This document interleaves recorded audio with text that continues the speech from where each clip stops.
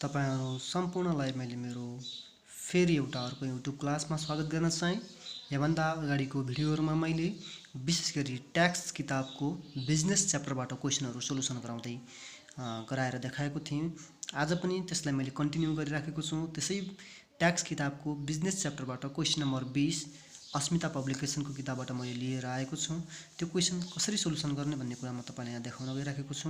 विशेष गरी एक्जामको दृष्टिकोणलाई हेर्ने हो भने क्वेशन नम्बर 20 अति महत्त्वपूर्ण छ। 19-20 क्वेशनहरु एक्जामको नजरमा हेर्ने हो भने यी क्वेशनहरु अति महत्त्वपूर्ण छ मैले भनिसकेको छु। क्वेशन नम्बर 20 यदि कसैसँग अस्मिता पब्लिकेसन छ भने बिजनेस च्याप्टर क्वेशन नम्बर 20 हेर्नु होला। यदि छैन भने मैले तपाईलाई यहाँ क्वेशन सरसरी देखाउन गइराखेको छु। यसलाई स्क्रिनशट गरेर पनि राख्न सक्नुहुन्छ। यहाँ मैले तपाईलाई जुम गरेर देखाइराखेको छु क्वेशनहरु। यसरी यहाँ हेर्नु होला। क्वेशन यसरी स्टार्ट किशोर कुमारबाट स्टार्ट भएर तपाईको यहाँ यसरी जान्छ। यो केही रिमार्क्सहरु एडिशनल इन्फर्मेसनहरु दिएको छ। यसरी हेर्न सक्नुहुन्छ तपाईले क्वेशन नम्बर 20 लाई र के कुरा निकाल्न भनेको छ भन्ने कुराहरु पनि यहाँ दिएको छ। अब यसलाई कसरी चाहिँ तपाईको सोलुसन गर्ने भन्ने कुराहरु म तपाईलाई अब त्यो सोलुसन गरेर देखाउन गइराखेको छु। एकचोटी त्यहाँ हेरौं। सम्पूर्णले क्वेशन नम्बर 20 हेर्नु होला। मैले तपाईलाई क्वेशन अघि देखाउन पनि देखाइसकेको छु। कसैले स्क्रिनशट गरेर राख्नुभयो होला। कसैसँग अस्मिता पब्लिकेसन किताबै हुन सक्छ। त्यो किताबमा पनि हेर्न सक्नुहुन्छ है। क्वेशन नम्बर 20 मा तपाईको के कुरा गरेको छ भने कुनै एउटा मिस्टर किशोर कुमारको प्रॉफिट एन्ड लस अकाउन्ट दिएको छ। मिस्टर किशोर कुमारको प्रॉफिट एन्ड लस अकाउन्ट दिएको छ। त्यसैलाई आधार मानेर हामीले विभिन्न इन्कमहरु निकाल्नु पर्ने हुन्छ। जस्तो क्वेशनको लास्टमा बिजनेसको इन्कम कति छ, इन्भेस्टमेन्टको इन्कम कति छ र यसको ट्याक्सेबल इन्कम कति छ र त्यसको ट्याक्स लायबिलिटी कति हुन्छ त्यो निकाल भनेर क्वेशनले भनेको छ। त्यो कसरी निकाल्ने भन्ने कुरा म तपाईलाई यहाँ सोलुसन गरेको छु। यसलाई चाहिँ सरसरी म भन्न गइराखेको छु। मलाई विश्वास छ यसरी क्वेशन चाहिँ बुझिन्छ, त्यस्तो गाह्रो हुँदैन है। अब हेरौं। सबैभन्दा पहिला कुरा उही हो। यहाँभन्दा अगाडिका भिडियो चाहिँ मैले पनि विशेष गरी सोलुसन गरिसकेको छु क्वेशनलाई। अब यहाँ सुरुमा एसेसेबल इन्कम फ्रम बिजनेस निकाल्नु पर्यो ए नम्बरमा। त्यो कसरी निकाल्ने भन्दा फर्मेट कुराहरु तपाई सबैलाई थाहा छ। सबैभन्दा पहिला फर्मेट भित्र एडमिजिबल इन्कमहरु लेख्नु पर्यो र ती एडमिजिबल इन्कमहरु तपाईको विशेष गरी कुन साइडमा हुन्छन् भन्दाखेरि तपाईको प्रॉफिट एन्ड लस अकाउन्टको क्रेडिट साइडमा एडमिजिबल इन्कमहरु दिएको हुन्छ। ती कुराहरुलाई हामीले एडमिजिबल इन्कममा लेख्नु पर्ने हुन्छ छुटाएर हो। कुन चाहिँ एडमिजिबल इन्कम हो कुन चाहिँ होइन त्यो कुरा हामीले थाहा पाउनु पर्ने हुन्छ। अब हेरौं। त्यो प्रॉफिट एन्ड लस अकाउन्टको क्रेडिट साइडमा मैले एडमिजिबल इन्कमहरुको बारेमा केही कुरा हेरे। त्यहाँ के कुरा एडमिजिबल इन्कम हो के कुरा एडमिजिबल इन्कम होइन त्यो कुरा हामी यहाँ छुटाउँ हो। तपाईले प्रॉफिट एन्ड लस अकाउन्टको क्रेडिट साइडमा जुन तपाईको सेल्स दिइराखेको छ यो सेल्स भनेको एडमिजिबल इन्कम हो मैले यहाँ लेखेको छु। त्यसपछि कमिसन पनि एडमिजिबल इन्कम हो त्यो पनि मैले लेखेको छु। एडमिजिबल इन्कममा interest on investment 40,000 admissible income चाहिँ हो। एडमिजिबल इन्कम चाहिँ हो मैले भने है। Interest on investment admissible income हो तर बिजनेसको एडमिजिबल इन्कम होइन। त्यो भनेको इन्भेस्टमेन्टको एडमिजिबल इन्कम भएको कारणले गर्दा त्यसलाई इन्भेस्टमेन्टको इन्कममा लेख्ने बुझिन्छ हो। त्यसपछि त्यहाँ डिभिडेन्ड छ। डिभिडेन्ड तपाईको एडमिजिबल इन्कम इन्कम चाहिँ हो तर एडमिजिबल इन्कम चाहिँ होइन। किनभने डिभिडेन्ड भनेको तपाईको फाइनल विथहोल्डिङ इन्कम हो। त्यसमा अलरेडी हामीले ट्याक्स तिरिसकेका हुन्छौं। त्यसैले अलरेडी जुन इन्कममा हामीले ट्याक्स तिरिसकेको हुन्छ त्यस्तो इन्कमलाई हामीले एडमिजिबल इन्कममा राख्न मिल्दैन। त्यसैले यहाँ डिभिडेन्डलाई हामीले एडमिजिबल इन्कममा राख्न मिलेन। त्यो फाइनल विथहोल्डिङ इन्कम हो है। फाइनल विथहोल्डिङ इन्कम भन्नाले ट्याक्स तिरेर प्राप्त गरेको इन्कमलाई फाइनल विथहोल्डिङ इन्कम भन्छ। त्यसैले डिभिडेन्डलाई हामीले यहाँ लेख्न मिलेन। अर्को कुरा छ सन्ड्री रिसिप्ट। सन्ड्री रिसिप्ट्स हाम्रो एडमिजिबल इन्कम हो। मैले यहाँ सन्ड्री रिसिप्टलाई एडमिजिबल इन्कममा लेखेको छु तर एडिशनल इन्फर्मेसनमा केही कुरा तपाईलाई भनिदिएको छ त्यसै अनुसार हामीले राख्नुपर्ने हुन्छ। अब यहाँ हेर्नुस् यहाँ रिमार्क्सको तपाईको पोइन्ट नम्बर 3 मा हेर्नुस्। रिमार्क्सको पोइन्ट नम्बर 3 मा के भनिन्छ भने sundry receipts includes Rs 10,000 and 5,000 as refund of custom duty and refund of income tax भनेर भनिदिएको छ। तपाईले के कुरा बुझ्नुस् भने के कुरा नोट गर्नुस् भने मैले तपाईलाई दिएको नोटमा पनि एडमिजिबल इन्कममा गएर हेर्नु होला। त्यहाँ स्पष्ट लेखिएको छ यदि रिफन्ड अफ कस्टम ड्युटी हुन्छ भने यदि तपाईलाई रिफन्ड अफ कस्टम ड्युटी देखिन्छ भने त्यो एडमिजिबल इन्कम हो तर रिफन्ड अफ इन्कम ट्याक्स भन्छ भने त्यो एडमिजिबल इन्कम होइन भनेर भन्छ हो।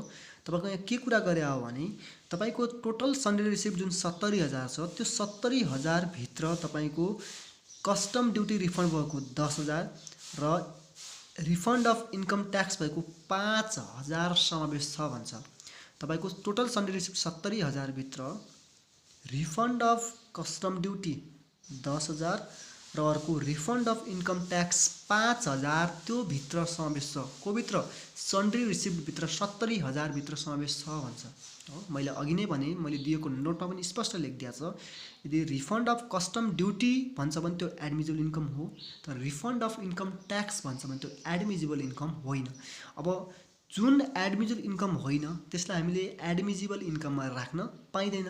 अब यहाँ तपाईँको कस्टम ड्युटी एडमिजिबल इन्कम हो, त्यसलाई एडमिजिबल इन्कममा राख्ने, तर refund of income tax admissible income होइन, त्यसलाई हामीले एडमिजिबल इन्कममा नराख्ने हो। टोटल सन्डे रिसिप्ट 70,000 हो। यो 70,000 भित्र रिफन्ड अफ कस्टम ड्युटी 10,000 छ भन्छ, ठिक छ, यहीँभित्र छ, केही गर्नु परेन हामीले हो, त्यो इन्कम नै हो, इन्कममा राख्न मिल्छ हो।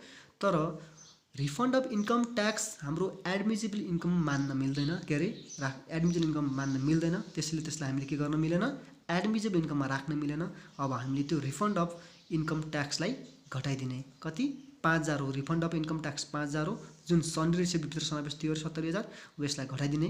किन घटायो भने यो एडमिजिबल इन्कम होइन, त्यसैले रिफन्ड अफ इन्कम ट्याक्सलाई घटाइसकेपछि जुन 65,000 आउँछ यो भनेको तपाईँको सन्डे रिसिप्ट। अबको नयाँ सन्डे रिसिप्ट कति भयो त? 65,000 भयो, जुन चाहिँ एडमिजिबल इन्कममा राख्नु पर्यो। यो 65,000 भित्र 10,000 पनि तपाईँको के छ? रिफन्ड अफ कस्टम ड्युटी छ, जुन चाहिँ के हो? आफैमा एडमिजिबल इन्कम हो, जसलाई केही पनि नगर्ने, टक्क हामीले यहाँ राख्यौँ भयो। अब यति भइसकेपछि क्लोजिङ स्टक सिटिएस निकाल्ने है। क्लोजिङ स्टक के गर्ने? सिटिएस निकालेर हेर्ने। अब यति सबै कुरा राखिसक्यो भने ग्रस इन्कम फ्रम बिजनेस आउँछ, जुन चाहिँ 36,15,000 आउँछ। अब यो 36,15,000 ग्रस इन्कम आयो बिजनेसको। फेरि लेस एलाबल डिडक्सनहरू गर्ने हो, जहाँ चाहिँ मैले सबैभन्दा पहिला लेखेँ कस्ट अफ ट्रेडिङ स्टक, जुन वर्किङ नोट नम्बर 1 बाट निकाल्ने भन्छ। यो वर्किङ नोट नम्बर 1 मा कसरी कस्ट अफ ट्रेडिङ स्टक निकाल्ने यो कुरा तपाईँलाई म यहाँ देखाउँछु। ल हेर्नुहोस्, यहाँ calculation of cost of trading stock लेखेँ। मैले भने क्वेसनमा दिएका opening stock, closing stock, purchase र अन्य डाइरेक्ट एक्सपेन्सेसलाई आधार मानेर हामीले के निकाल्नुपर्ने हुन्छ? सिटिएस निकाल्नुपर्ने हुन्छ। मैले यहाँ ओपनिङ स्टक लेखेँ 2 लाख × 100 डिभाइड बाई 110 गरेर 18 लाख कति 1,81,818 निकाल्ने। कसरी निकाल्ने भने हेर्नुहोस् त, रिमार्क्सको पोइन्ट नम्बर 1 मा के भनिदिएको छ भने stock of goods at opening as well as closing day of the accounting year had over valued at 10% above the cost price भन्छ। यो के भन्न खोज्यो भने जुन तपाईँको क्वेसनमा दिएका ओपनिङ स्टक र क्लोजिङ स्टक छन्, मैले क्वेसनमा दिएको भन्नाले प्रॉफिट एन्ड लस एकाउन्टभित्र तपाईँको जुन ओपनिङ स्टक र क्लोजिङ स्टक देखिएको छ त्यो स्टकहरू 10% ले के छन्? ओभर भ्याल्युड छन् भन्छ। 10% ले ओभर भ्याल्युड छन् भन्छ हो। यसरी 10% ले देख्नुपर्ने भन्दा 10% ले बढी देखिएको छ भन्न खोजे हो। देखिनुपर्ने भन्दा 10% ले के छ? बढी देखिएको छ अरे। अब यसलाई हामीले के निकाल्नु पर्यो? 100% मा निकाल्नु पर्ने हुन्छ। ओभर भ्याल्युड छ भन्छ भने यसरी निकाल्ने।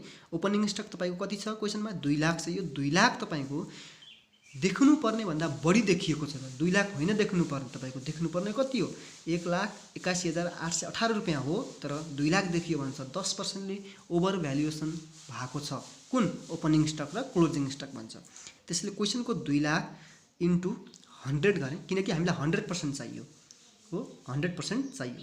तपाईँको 2 लाख इन्टु 100 डिभाइड बाई 110 गरेँ। किन गरेँ भने 100 प्लस कति पर्सेन्टले ओभर भ्यालुड भएको? 10% ले ओभर भ्यालुड भएको भने 100 प्लस 10 गर्ने, 110 ले के गर्ने? डिभाइड गर्ने, अनि आउँछ तपाईँको 100%। भ्याटमा सिकाएको जस्तै है, उल्टो बाटो जो सिकाएको थिएँ। दिएको भ्यालु कति? 2 लाख। कति चाहिने? दिएको भ्यालु 2 लाख हो, हामीलाई चाहिने भनेको 100% हो, र दिएको भ्यालु कति पर्सेन्ट हो? 110% हो। त्यसले 110 ले डिभाइड गरेर 1,81,818 निकाल्ने हो। पर्चेस 10 लाख क्वेसनमा हेर्ने त्यहाँ दिएकै छ। अर्को म्यानुफ्याक्चरिङ एक्सपेन्सेस भनेको तपाईँको डाइरेक्ट एक्सपेन्सेस हो 8 लाख यहाँ छ। लेखेँ। क्लोजिङ स्टक पनि तपाईँको ओभर भ्यालुएसन भएको छ भन्छ क्वेसनले। 10 लाख इन्टु 100 गरेँ, किन ओभर भ्यालुएसन भएको छ, ओभर भ्यालुड भएको छ क्लोजिङ स्टक र ओपनिङ स्टक भने। अब क्लोजिङ स्टकमा सेम ओपनिङ स्टक गरे जस्तै गर्ने। 10 लाख के अरे 1 लाख इन्टु 100 डिभाइड बाई 110 गर्ने, आउँछ 90,909। अनि सबैलाई opening stock add purchase add म्यानुफ्याक्चरिङलाई जोड्ने, लेस क्लोजिङ स्टक गरिसकेपछि तपाईँको सिटिएस आउँछ 18,90,909। यदि यो क्वेसनमा stock of goods at opening as well as closing day of the accounting year had under valued at 10% भनिदिएको, के गर्ने? अन्डर भ्यालुड भएको हामी के गर्थ्यौँ भने यो क्वेसनमा 2 लाख इन्टु 100 डिभाइड बाई 90 गर्थ्यौँ है। त्यतिखेर ओभर भ्यालुड भन्छ भने 100 प्लस कति पर्सेन्टले ओभर भ्यालुड भएको त्यो जोडेर डिभाइड गर्ने। यदि अन्डर भ्यालुड भन्छ भने त्यतिखेर हामीले के गर्ने भने 100बाट अन्डर भ्यालुड कति पर्सेन्ट दिएको छ त्यसलाई आधा मात्र घटाउने, अनि जति आउँछ त्यसले डिभाइड गरिदिने। यदि अन्डर भ्यालुड भइदिएको यो क्वेसनमा के गर्थ्यौँ हामी 90ले डिभाइड गर्थ्यौँ। इन्टु 100 त अन्डरमा पनि हुन्छ ओभरमा पनि हुन्छ, इन्टु 100 भने डिभाइड गर्दाखेरि जुन भ्यालुले डिभाइड गर्छ त्यो चाहिँ तपाईँको अन्डर या ओभर के हो। यदि अन्डर हो भने 100मा घटाएर डिभाइड गर्ने, ओभर हो भने 100मा जोडेर हो के गर्ने? डिभाइड गर्ने। अहिले ओभर छ त्यसैले हामीले 100मा जोडेर के गर्यौँ? डिभाइड गर्यौँ। यसरी नै सिटिएस निकाल्ने। त्यसपछि अब ओपनिङ स्टक पर्चेस म्यानुफ्याक्चरिङ आइसक्यो। लिगल एक्सपेन्सेसको बारेमा भनेको छ यहाँ। लिगल एक्सपेन्सेस तपाईँको क्वेसनमा 10,000 दिएको छ। अब यो लिगल एक्सपेन्सेसको बारेमा तपाईँको रिमार्क्सको पोइन्ट नम्बर 2 मा हेर्नुहोस् त के कुरा भनिदिएको छ। हेर्नुहोस् तपाईँको टोटल लिगल एक्सपेन्सेस 10,000 हो अरे। यो 10,000 भित्र रिमार्क्सको पोइन्ट नम्बर 2 मा के भनिदिन्छ भने legal expenses includes R 5,000 for income tax appeal case against tax officer and 4,000 for defending the title of business assets भन्छ। के भन्न खोज्यो भने टोटल लिगल एक्सपेन्स 10,000 भित्र तपाईँको 5,000 भनेको इन्कम ट्याक्स अपिल गरेर ट्याक्स अफिसर समेत तपाईँले केस गरिदिनु भएको छ र त्यो केस गर्दाखेरि तपाईँको कानुनी खर्च भएको रहेछ है। ट्याक्स अफिसरलाई तपाईँले के गरिदिनु भएको रहेछ? केस गर्नुभएको रहेछ। त्यो केस गर्दाखेरि केही कानुनी खर्च लागेको रहेछ अरे, त्यो पनि तपाईँको यो लिगल एक्सपेन्सेसभित्र के छ?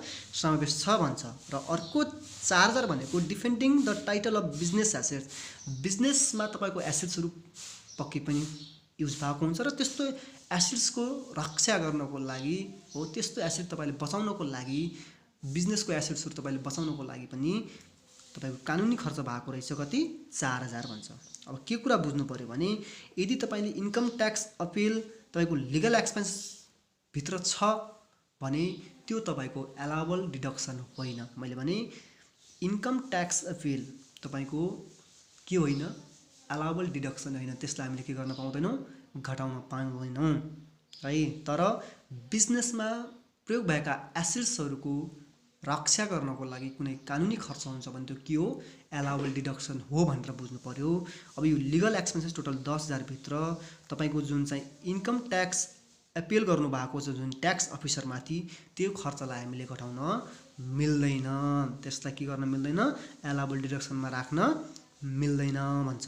तर बिजनेस एसेट्सहरू तपाईँले बचाउनको लागि कुनै कानुनी खर्च गरेर राख्नु भएको छ भने त्यस्तोलाई तपाईँले फेरि घटाउन मिल्छ। त्यसैले टोटल 10,000 लिगल एक्सपेन्सेसमा कुन खर्च घटाउन मिल्दैन त हामीले? त्यो इन्कम ट्याक्स अपिल जुन तपाईँको ट्याक्स अफिसरमाथि तपाईँले जुन केस गर्नुभएको छ त्यसमा खर्च भएको कानुनी खर्चलाई घटाउन मिल्दैन, एलाउबल डिडक्सनमा राख्न मिल्दैन। त्यसैले मैले 10,000 माइनस 5,000 घटाएर तपाईँको जुन 5,000 छ यो 5,000लाई चाहिँ मैले के गरेँ? एलाउबल डिडक्सनमा राखेँ। र यो 5,000 भित्र तपाईँको के पनि छ? Defending the title of business assets जुन 4,000 छ नि यो 5,000 भित्रै समावेश छ र बाँकी रहेको 1,000 अन्य अदर लिगल एक्सपेन्स हुनसक्छ, त्यो पनि सब मिलाएर हामीले के गर्नु पर्यो? यहाँ राख्नु पर्यो है। ल अर्को हस्पिटालिटी एक्सपेन्सेस जुन चाहिँ 15,000 यो घटाउनु पायो हो। अर्को रिपेयर्स भन्छ हो। अर्को तपाईँको रिपेयर्स कति? 2 लाख हो भन्छ। हेर्नुहोस् अब यो रिपेयर्सको बारेमा मैले भने रिपेयर्स लेखेँ। यो रिपेयर्स जो छ यो अदर रिपेयर्स हो। टोटल 2 लाख हो। यो 2 लाख मात्र मैले यहाँ राखिनँ। किन राखिनँ भने 1,60,000 राखेँ। यो कसरी राखेँ भन्ने कुरा अब तपाईँलाई यहाँ भन्न गइराखेको छु। रिपेयर्सको बारेमा रिमार्क्सको पोइन्ट नम्बर 4 मा हेर्नु होला। त्यहाँ के भनिन्छ भने लास्टमा हेर्नुहोस् है, त्यो 5 लाख भन्दा पछाडि जुन however however the repair expenses includes the repair of the car 40,000 भनेर भनिदिएको छ। म लास्टमा हेर्नुहोस् भनेको छ रिमार्क्सको पोइन्ट नम्बर 4 को लास्टमा हेर्ने हाउएभरदेखि है। However the repairs expenses includes the repair of the car कति 40,000 भन्छ। तपाईको टोटल रिपेयर्स जति माथि तपाईको 2 लाख रुपैयाँ देखिएको छ त्यो 2 लाख भित्र तपाईको कारको रिपेयर एक्सपेन्सेस 40,000 समावेश छ भन्छ हो। त्यो रिपेयर्स टोटल रिपेयर्स 2 लाख भित्र तपाईको कारको मात्र रिपेयर कति बाँकी रहेछ, कति रहेछ 40,000 समावेश रहेछ भन्छ। त्यसैले मैले के लेखेँ भने रिपेयर्स लेखेँ अदर है। टोटल रिपेयर 2 लाख हो। यो 2 लाख भित्र 40,000 कारको रिपेयर हो अरे, कार बनाउँदाखेरि लागेको खर्च हो अरे, रिपेयर गर्दाखेरि लागेको खर्च भन्छ। त्यसैले मैले कारको रिपेयर्सलाई घटाएर अन्य एसिड्सहरुको रिपेयर एक्सपेन्सेस 1,60,000 छुट्टै लेखेँ। कारको यहाँ भित्र किन लेखिन भने यसको छुट्टै हामीले के गर्नुपर्ने हुन्छ, वर्किङ नोट गर्नुपर्ने हुन्छ भयो। अर्को फेरि मैले यहाँ लेखेँ repair expenses of car working note number 2 है। Repair expenses of car working note number 2 यसलाई पनि कसरी हेर्ने त्यहाँ हेरौँ। ल हेर्नुहोस् यो रिपेयरको एलाउबल रिपेयर निकाल्दाखेरि त्यही पोइन्ट नम्बर 4 हेर्ने रिमार्क्सको। अब हेरौँ यहाँ depreciation on car has not been charged in the above statement. The depreciation base of the car was 5 lakh भन्छ हो। हाउएभर द रिपेयरको कुरा त मैले गरिसकेको छु हो। ल हेरौँ के भन्न खोजे भने तपाईको डिप्रिसिएसन जुन कारको डिप्रिसिएसन छ त्यो माथिको प्रॉफिट एन्ड लस अकाउन्टमा देखाइएको छैन रे। त्यसैले the depreciation base of the car 5 lakh हो भन्छ। कारको डिप्रिसिएसन माथिको प्रॉफिट एन्ड लस अकाउन्टमा देखाइएको छैन, चार्ज गरेको छैन, तर कारको चाहिँ डिप्रिसिएसन बेस अमाउन्ट चाहिँ कति हो 5 लाख हो भन्छ हो। 5 लाख हो अरे भन्छ। त्यसैले डिप्रिसिएसन बेसिस भ्यालु 5 लाख छ भने त्यसै 5 लाखको 7% भनेको के हुन्छ, रिपेयरको म्याक्सिमम लिमिट हुन्छ हो। डिप्रिसिएसन बेसिस भ्यालु कति दिएको छ अहिले, कारको 5 लाख दिएको छ। डिप्रिसिएसन बेसिस भ्यालु कारको 5 लाख रुपैयाँ दिएको छ।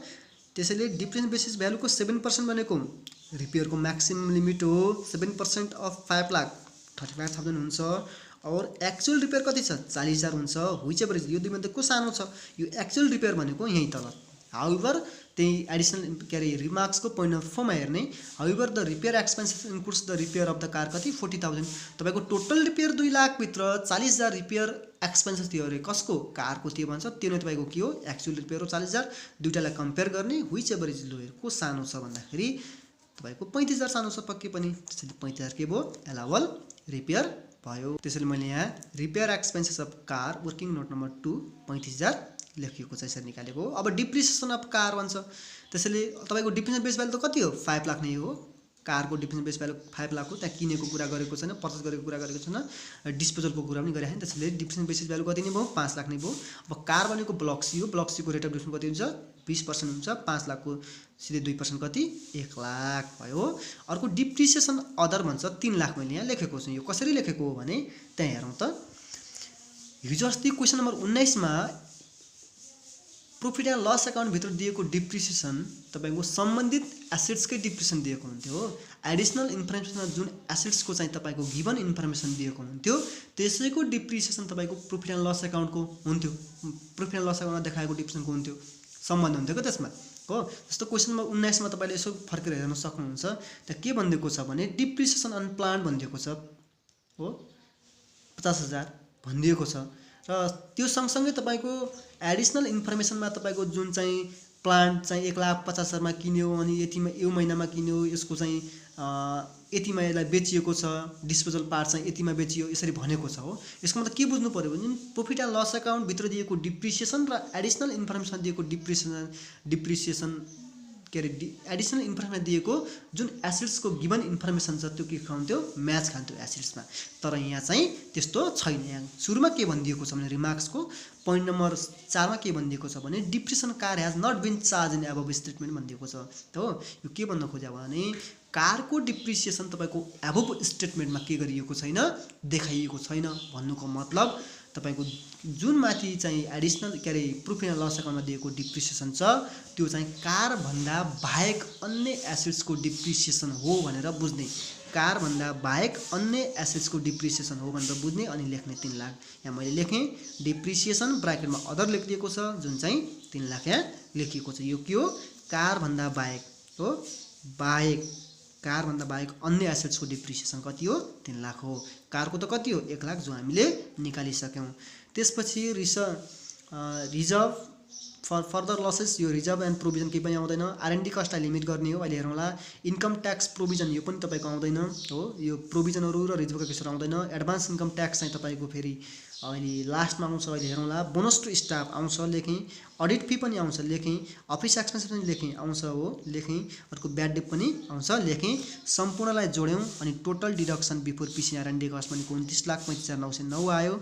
अनि ग्रसबाट तपाईँ ग्रस इन्कमबाट तपाईँले टोटल डिडक्सन घटाइसकेपछि जुन भ्यालु आउँछ जसको नाम adjusted taxable income before loss हो, जो चाहिँ आयो कति 6,79,091 रुपियाँ आयो। यो कसरी आउँछ भने ग्रसबाट टोटल डिडक्सन घटाइसकेपछि आउने भ्यालुलाई भन्छ adjusted tax income before loss भन्छ। त्यसपछि लेस बिजनेस लस क्वेसनमा दिएको छैन, निल नै रहन्छ हो। त्यसपछि adjusted taxable income for PC R&D cost कति आयो त्यही 7,79,091 नै आयो।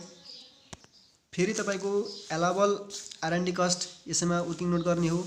जुन एलाबल R&D कस्ट निकाल्ने 50% of adjusted tax income for PC R&D कस्टको 50% गर्ने हो, जुन चाहिँ यति नै आयो 3,39,545 आयो। और एक्चुअल रिपेयर एक्सपेन्सेस जुन तपाईँको 50,000 दिएको छ, जुन क्वेसनमा हेर्ने रिसर्च एन्ड 50,000 दिएको छ, हिसाब दुई मध्ये को सानो छ त्यसलाई लिएर घटाइदिने अनि आउँछ एसेट इन्कम फ्रम बिजनेस 6,29,091। अब क्वेसनमा हेर्ने हो फेरि बीमा के निकाल्न भनेको छ एसेट इन्कम फ्रम इन्भेस्टमेन्ट निकाल्न भनेको छ। त्यो कसरी निकाल्ने भन्दाखेरि इन्भेस्टमेन्टको इन्कम जुन 40,000 दिएको छ इन्ट्रेस्ट अन इन्भेस्टमेन्ट भनेर यो तपाईँको इन्भेस्टमेन्टको इन्कम हो, मैले यहाँ निकालिसकेँ। अब सी नम्बरमा स्टेटमेन्ट अफ ट्याक्सेबल इन्कम छ, यो हेर्ने यहाँ यसरी हो, जहाँ चाहिँ तीनवटा इन्कमलाई जोड्ने asset income from business 6,29,091, asset income from employment, asset income from investment. मैले यहाँ एरो देखाएको छु, के भन्न खोज्यो भने इन्भेस्टमेन्टलाई माथि लेख्ने इम्प्लोइमेन्ट तल लेख्ने भन्न खोज्या हो। त्यसले इम्प्लोइमेन्ट 40,000 इन्भेस्टमेन्ट इन्कम र इम्प्लोइमेन्ट निल छ, त्यसैले तीनटै इन्कमलाई जोड्ने आउँछ टोटल एसेट इन्कम 6,69,091 हो। लेस एलाबल डिडक्सन, रिडक्सन भन्नाले तपाईँको डोनेसनको पनि कुरा गरेको छैन, अर्को कन्ट्रिब्युसन टु रिटायरमेन्ट फन्डको पनि कुरा गरेको छैन, त्यसैले त्यो निल भयो। अनि तपाईँको LIP HIPको रिमोट एरिया त्यो कुनै पनि कुरा गरेको छैन, त्यसैले मैले त्यसलाई यहाँ देखाइनँ, सिधै टोटल ट्याक्सेबल इन्कम लेखेँ 6,69,091 रुपियाँ भयो। अर्को डी नम्बरमा क्यालकुलेसन अफ ट्याक्स लाइबिलिटी निकाल्ने भन्छ। फर्स्ट RS 3,50,000 एज्युम्ड इन्डिभिजुअल मानेको छ, निल हुन्छ। इम्प्लोइमेन्ट भयो भने 1% लाग्छ, बिजनेसमा निल हुन्छ। नेक्स्ट RS 1 लाखमा 10% 10,000, नेक्स्ट RS 2 लाखमा 20% 40,000, त्यसपछिको ब्यालेन्स 19,091 30% जुन 5,727 रुपियाँ हुन्छ। टोटल ट्याक्स लाइबिलिटी भनेको 5,55,727 रुपियाँ हुन्छ। लेस एडभान्स ट्याक्स पेड भनेर 50,000 मैले घटाएको छु है। त्यो कहाँबाट निकालेको भने त्यहाँ क्वेसनमा हेर्नु होला, प्रोफिट एन्ड लस एकाउन्टमा गएर एडभान्स ट्याक्स पेड भनेर तपाईँलाई 50,000 दिएको छ, त्यसलाई मैले यहाँ ल्याएर घटाएको। त्यसपछि त्यो घटाइसकेपछि आउने जुन भ्यालु हो त्यसको नाम के हो ट्याक्स पेबल हो, जुन चाहिँ 5,727 रुपियाँ। यो चाहिँ तपाईँले सरकारलाई के गर्नुपर्ने हुन्छ पेड गर्नुपर्ने हुन्छ, पेबल गर्नुपर्ने हुन्छ भनेर बुझ्ने। त्यसैले यति नै यो कुरा हो। र अन्य क्वेसनको लागि अर्को भिडियोहरू ल्याएर म आउनेछु। कतिपय साथीहरूले पर्सनल मेसेजमा केही भ्याट सम्बन्धी क्वेसनहरू पनि सोध्नु भएको छ है, धेरै साथीहरू सोध्नु भएको छ भ्याट सम्बन्धी क्वेसन मेसेजमा है। भ्याटको क्वेसनहरू म गरौँला केही छैन। र कतिपय साथीहरूले फाइनेन्सको क्वेसन पनि सोधिराख्नु भएको छ। फाइनेन्सको क्वेसनहरू फाइनेन्सको मसँग किताबहरू त्यति चाहिँ छैन है। यदि मैले किताबहरू पाएछु भने तपाईँलाई त्यो क्वेसनहरू पनि म गएर देखाउने छु। र फाइनेन्सको म तपाईँलाई पक्कै पनि सबभन्दा लङ च्याप्टर क्यापिटल बजेटिङको केही क्वेसनहरू तपाईँलाई म ल्याएर आउनेछु। फाइनेन्स एकदम महत्त्वपूर्ण क्वेसनहरू तपाईँलाई म गरेर देखाउने छु, जुन 2-4वटा क्वेसनले तपाईँलाई त्यो क्यापिटल बजेटिङ पढ्न सहज गराउनेछ है। सोधिराख्नु भएको छ केही साथीहरूले क्यापिटल बजेटिङका क्वेसनहरू, अनि यताबाट भ्याटका क्वेसनहरू पनि सोधिराख्नु भएको छ, कसैले कस्ट अफ क्यापिटलका पनि सोधिराख्नु भएको छ मेसेजमा। त्यो कुराहरू चाहिँ अब मेरो समयले भएछ भने म गएर देखाउने छु। तर ट्याक्सका यी क्वेसनहरू जुन 19-20 मैले जुन क्वेसनहरू गरेर देखाइराखेको छु 17, 18, 19, 20 हो, यी क्वेसनहरू चाहिँ प्र्याक्टिस गर्दै गर्नु होला। 20 नम्बर क्वेसन तपाईँले कहीँ बुझ्नु भएन भने मलाई पर्सनल मेसेज पनि छोड्न सक्नुहुन्छ मेरो मेसेन्जरमा हो।